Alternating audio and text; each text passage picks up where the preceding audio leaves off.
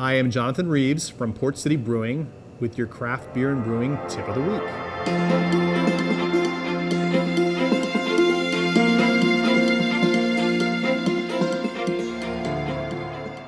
So yeah, shoulders of giants. If you're starting off brewing, I think you kind of have to go back to the hoary classics, so to speak. And I don't think if you were looking at Pablo Picasso, he wasn't painting Guernica in art school.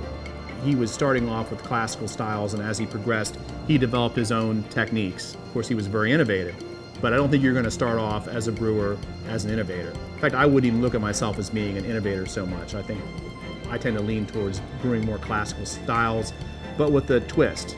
We as brewers are very lucky. We're much luckier than winemakers are because a lot of the hard work has already been done for us. The hop farmer, produces excellent hops. The maltster makes excellent malt.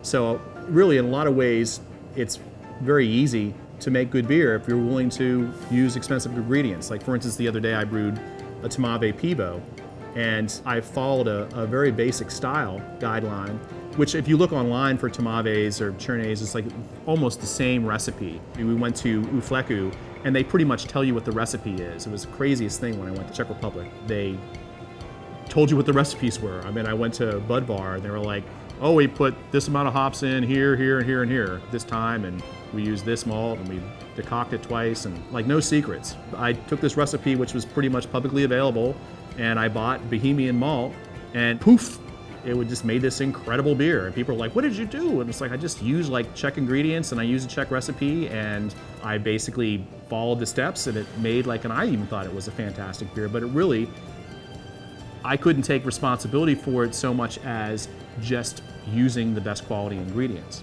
That's what I mean by standing on the shoulders of giants. If you use good quality ingredients, if you follow the guidelines that have been put forward, many of them public knowledge, you could do on the internet. If you basically use good quality equipment, you should learn the approaches of brewers from Britain, Germany, Belgium, Czech, and even America. And once you understand all these things, you kind of come up with your own way of going. So that's what I mean by standing on the shoulders of giants. And again, like all these things about being an artist or whatever, about not compromising or living for your art or all this kind of stuff. I think real artists compromise. I can't have the brew house that I necessarily want, but I have the brew house that I need. I don't necessarily have the equipment that I really, really want. I'd really like to be able to do triple decoctions or other things, but I'm able to kind of get around those things through innovation, through artifice. And I think that that's really what art is about, being able to make the best beers you can, being able to compromise.